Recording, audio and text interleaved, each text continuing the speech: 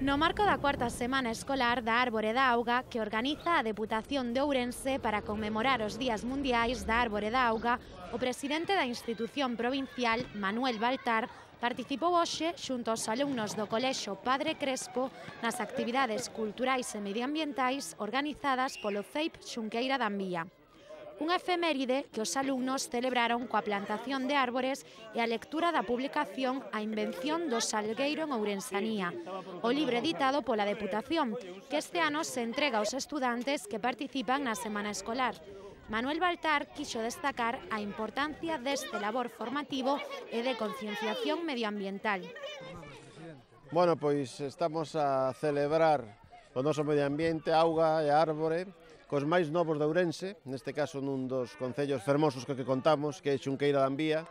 e estamos a facer con nenos e nenas que levan durante toda esta semana falando de cousas que dende a Diputación lle fixemos chegar con mensaxes medioambientales, de protección da natureza, da importancia da auga, é dicir, unha labor de concienciación ambiental que facemos moi gustosamente por parte do Goberno provincial. Unha campaña que iniciamos hai 4 anos, que seguiremos insistindo todos os anos, sobre todo nesta temporada na que vimos de sufrir unha vaga de lumes, e creo que cuanto máis novos sexan as rapazas e rapaces que interioricen a importancia de protexer o medio ambiente, pois mellor nos irá a todos como sociedade.